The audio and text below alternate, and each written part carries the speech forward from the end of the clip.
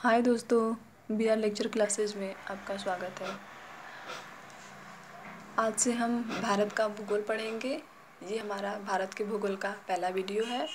हम इसको part wise upload करेंगे। तो चलिए शुरू करते हैं। भारत का भूगोल, इसमें पहला पॉइंट है भारत की स्थिति एवं विस्तार। इसके अंदर हम पढ़ेंगे भारत एक महान देश है। दोस्तों, हम जानते हैं कि भारत पहले सोने की चिड़िया कही जाती थी। भले ही इस पे अंग्रेज़ों ने या मुस्लिमों ने इतने आक्रमणकारी आए, उन लोगों ने कई सालों तक भारत को लूटा, फिर भी आज अगर हम देखें तो भारत किसी से कम नहीं है। हमारा भारत फिर भी महान है। हर क्षेत्र में देखें तो हमारा भारत फिर भी महान है। सुनने में तो सिर्फ ये कुछ शब्द ही हैं, लेकिन इसका मतलब निकाला जाए तो शायद कई साल लग जाएंगे सिर्फ यही समझने में कि भारत शुरू से ही इतना महान क्यों है। वो देश जो तमाम युद्ध लड़े हैं और जीते भी हैं, लेकिन आज तक किसी भी दूसरे की सरजमीन पर नाजायज कब्जा नहीं किया, उन देशों में से है हमारा भारत। वो देश जहाँ नलों में पानी भले ही देर से आती है, लेकिन चंद्रमा पर पानी सबसे पहले हमारे चंद्रयान-1 सैटेलाइट ने खोजा था। भारत एक ऐसा देश है जिस पर जरा सा भी संकट आने पर हर धर्म के लोग एकजुट होकर अपनी भारत माता के दूध का कर्ज उतारने के दुश्मन के आगे अपना सीना चौड़ा करके खड़े हो जाते हैं। ये वो देश है जहाँ खेल सिर्फ खेल नहीं है, बल्कि एक भावना है, एक जज्बात है, एक जुनून होता है। तभी तो इस देश ने सांप सीढ़ी, लूडो, शतरंज, कबड्डी, हॉकी व मार्शल आर्ट जैसे महान खेलों को जन्म दिया है। बहुत से लोग तो कहते हैं मार्शल आर्ट को चाइना की कला मानते हैं, लेकिन हकीकत में मार्शल आर्ट को बोधि धर्मा के द्वारा चाइना तक पहुंचाया गया था। शिक्षा व एंटरटेनमेंट में भी हमारा भारत किसी से कम नहीं है। इसमें भी भारत आगे है। अगर हम देखें तो शून्य की खोज, दशमलव की खोज, पाई की खोज, इन सब की खोज भी भारत में हुई है। और इसके खोजकर्ता कौन है? आर्यभट्ट है। गुरुत्वाकर्षण का नियम भी ब्रह्मगुप्त ने दिया था। तो इस प्रकार हम कह सकते हैं कि हमारा भारत किसी से कम नहीं है। हर क्षेत्र में हमारा भारत आगे है। मसालों के लिए भी हमारा भारत जाना जाता है।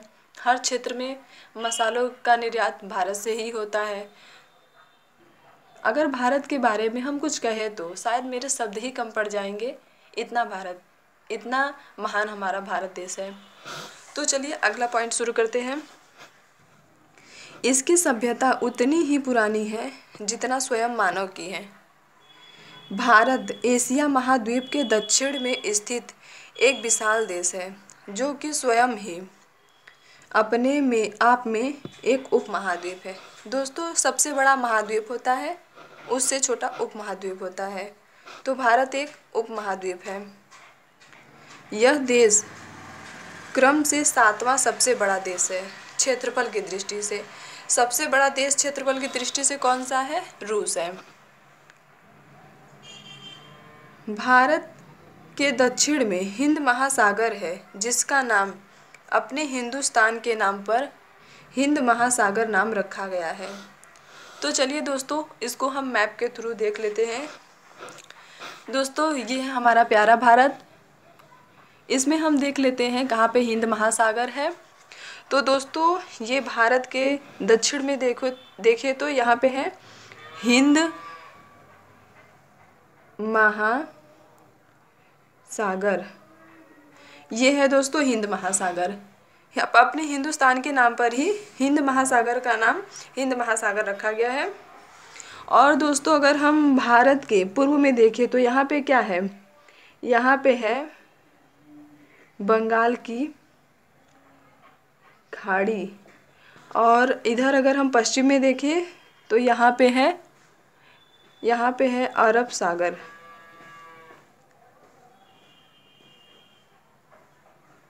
अरब सागर है। चलिए आगे पढ़ते हैं दोस्तों।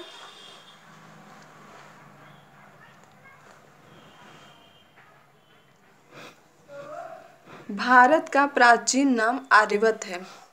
दोस्तों ये कहा जाता है कि भारत जो है ये आर्यों की भूमि थी, तो इसी से भारत को हम आर्यवत के नाम से भी जानते हैं। सबसे पहले ईरानियों ने इस देश को हिंदुस्तान कहा था तथा यूनानियों ने इसका नाम इंडिया रखा था। दोस्तों अधिकतर लोग इसको अगर मतलब क्वेश्चन अगर पूछा भी जाता है तो उसमें अधिकतर लोग ये मानते हैं कि भारत का नाम पहले इंडिया अंग्रेज़ों के द्वारा रखा गया था, लेकिन नहीं, ये यूनानियों के द्वारा इसका नाम इंडिया रखा गया था। तो इसको आप ध्यान से पढ़ लीजिएगा दोस्तों। भारत की आकृति चतुष्कोणीय है। कैसे है दोस्तों, चलिए देख लेते हैं मैप के थ्रू। दोस्तों ये हमारा भारत है, जिसमें हम अगर यहाँ पे जम्मू कश्मीर में एक निशान लगाएं और यहाँ पे एक गुजरात में निशान लगाएं और एक अगर हम यहाँ पे नीचे लगा देते हैं तमिलनाडु में, और अगर हम यहाँ पे एक लगा देते हैं दोस्तों, हम यहाँ पे लगा देते हैं क्योंकि यहाँ पे अब इसको हम मिलाते हैं इन चिन्हों को। ये देखिए दोस्तों, यहाँ से एक चिन्ह यहाँ मिल गया और इसको हम यहाँ से मिला दे तो ये देखिए यहाँ पे मिल गया, और अगर इसको यहाँ से ऐसे ऐसे ऐसे लेके जाए यहाँ, और एक हो गया ये यहाँ हो गया दोस्तों। ये देखिए हमारा बर्फी की आकृति का बन गया। तो हम कह सकते हैं दोस्तों कि भारत की आकृति कैसी है, चतुष्कोणीय है। अक्षांशीय दृष्टिकोण से भारत उत्तरी गोलार्ध में अवस्थित है, जबकि देशांतरीय दृष्टिकोण से पूर्वी गोलार्ध में अवस्थित है। समूचा भारत मानसूनी जलवायु वाले क्षेत्र में स्थित है। दोस्तों हम जानते हैं कि भारत में अलग अलग प्रकार की अलग अलग मानसून पाई जाती है। जैसे हम देखते हैं दोस्तों, अगर हम देखें तो भारत के दक्षिण में देखें तो जानते हैं दोस्तों कि यहाँ पे भारत के बीचों बीच से जो है यहाँ से कर्क रेखा गुजरती है। यहाँ पे जानते हैं कि कर्क रेखा गुजरती है, तो कर्क रेखा के नीचे जो है ये हमारा दक्षिण भारत है। और दक्षिण भारत जो है ये भूमध्य रेखा से नज़दीकी के कारण जो है यहाँ पे बहुत अधिक गर्मी पड़ती है, जिससे आप लोग देखे होंगे दोस्तों मूवी में कि दक्षिण भारत के लोग जो है काले काले दिखाई देते हैं। तो हम कह सकते हैं कि दक्षिण भारत जो है यहाँ पे बहुत अधिक गर्मी होती है। और अगर उत्तर भारत की बात करें तो यहाँ पे उतनी गर्मी न होके ठंडी होती है। इसका कारण क्या है, तो चलिए इसका कारण जानते हैं। अगर हम यहाँ पे देखें जम्मू कश्मीर से लेके यहाँ पे दोस्तों, अब तो जम्मू कश्मीर और लद्दाख का यहाँ पे बंटवारा हो गया, तो अब यहाँ पे जम्मू कश्मीर ना हो गया, अब यहाँ पे लद्दाख हो गया। तो हम यहाँ से देखते हैं, यहाँ से लेके अरुणाचल प्रदेश तक यहाँ पे हिमालय जो है ये हिमालय धनुष की आकृति में भारत को घेरे हुए हैं, जिससे रूस से आने वाली साइबेरियन हवाओं को जो है ये बहुत ठंडी हवाएं होती हैं, तो ये हिमालय जो है भारत में आने से रोकती है, जिससे भारत को जितना ठंड होना चाहिए उतनी ठंडी ना होके फिर भी होती है, मगर उतनी ठंडी नहीं होती है जितनी होनी चाहिए, क्योंकि इतनी बड़ी हिमालय है। हम देखें तो हिमालय में विश्व की सबसे ऊंची चोटी माउंट एवरेस्ट पाई जाती है। तो इतनी ऊंची हिमालय है कि रूस से आने वाली साइबेरियन हवाओं को अब चीन तक ही सीमित रखती है। ये हिमालय के उस पार तक ही रह जाती, इस पार नहीं आ पाती है। तो इस प्रकार हम कह सकते हैं कि समूचा भारत एक मानसूनी जलवायु है। भारत में अलग अलग मानसून पाए जाते हैं। तो चलिए दोस्तों आगे बढ़ते हैं।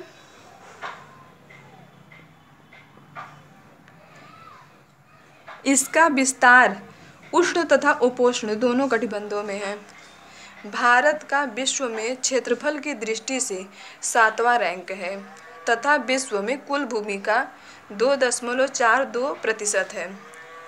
भारत को जो है विश्व की अगर हम कुल भूमि का देखें तो सिर्फ 2.42% ही भारत का क्षेत्रफल है।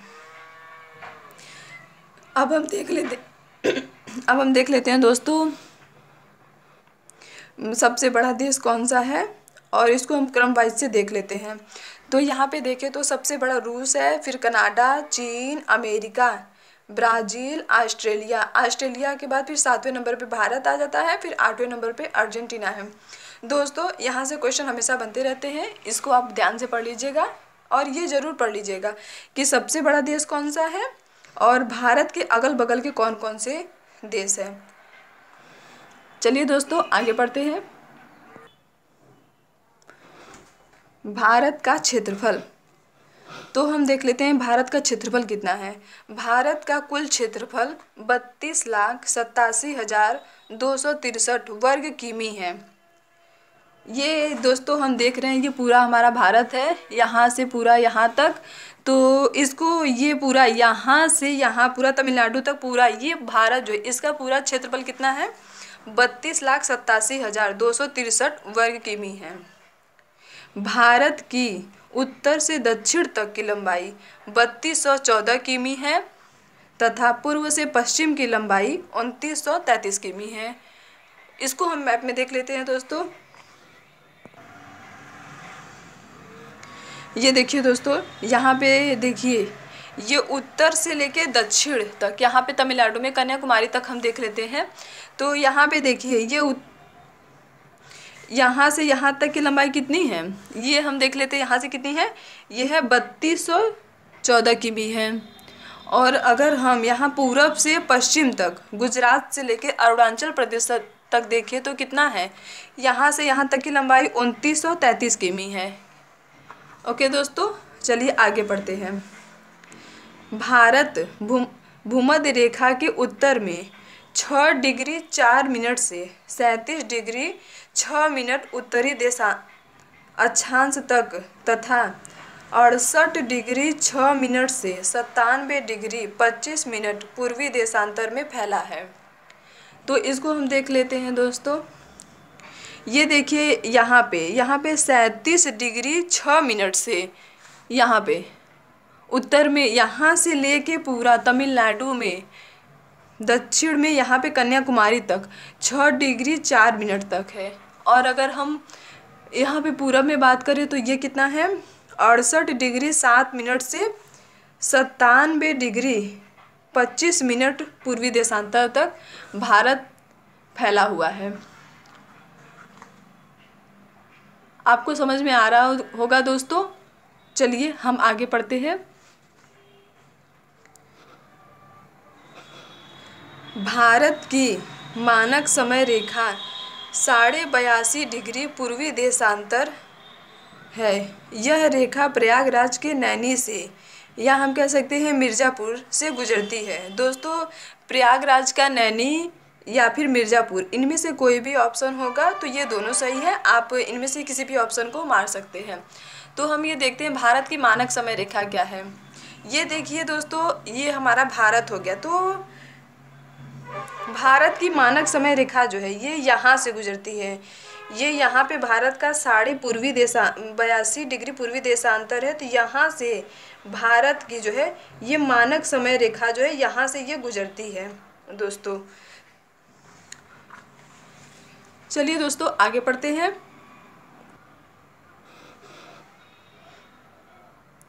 यह अंतर्राष्ट्रीय समय से, जो कि लंदन के ग्रीनविच शहर से 0 डिग्री देशांतर में यहाँ से 5.5 घंटे आगे चलती है। दोस्तों ये जो हमारा भारत का मानक समय रेखा है, क्योंकि हम जानते हैं कि हमारी पृथ्वी जो है ये पश्चिम से पूर्व की ओर घूमती है, तो जो ये भारत की जो मानक समय रेखा है ये जो है अंतर्राष्ट्रीय समय से 5.5 घंटे आगे चलती है। आगे बढ़ते हैं। भारत की मानक समय रेखा भारत के 5 राज्यों से होकर गुजरती है। दोस्तों ये हम ट्रिक के माध्यम से समझेंगे कि वो कौन कौन से राज्य हैं जो भारत की मानक समय रेखा जहाँ से गुजरती है। तो इसको हम पढ़ लेते हैं। आओ क्षमा मांगे उत्तर प्रदेश से, तो यहाँ से हो गया आओ, आ से हो गया आंध्र प्रदेश हो गया, ओ से हो गया उड़ीसा, और क्षमा में छ से हो गया छत्तीसगढ़ और माँ से हो गया मध्य प्रदेश। फिर यहाँ पे उत्तर प्रदेश हो ही गया। तो दोस्तों यहाँ पे हम इसको क्रम से लिख दिए हैं, उत्तर प्रदेश, मध्य प्रदेश, छत्तीसगढ़, उड़ीसा और आंध्र प्रदेश। दोस्तों इसको आप लोग अच्छे से पढ़ लीजिएगा, यहाँ से हमेशा क्वेश्चन बनते रहते हैं। ये बहुत इम्पॉर्टेंट पॉइंट है, आप इसको पढ़ लीजिएगा। अगर हमारा वीडियो आपको पसंद आया हो दोस्तों तो ज़्यादा से ज़्यादा अपने दोस्तों में शेयर करिए, और अगर चैनल पे नए हो तो चैनल को सब्सक्राइब कर लीजिए। दोस्तों हम पार्ट वाइज वीडियो अपलोड करेंगे, आप लोग देख लीजिएगा। जय हिंद दोस्तों।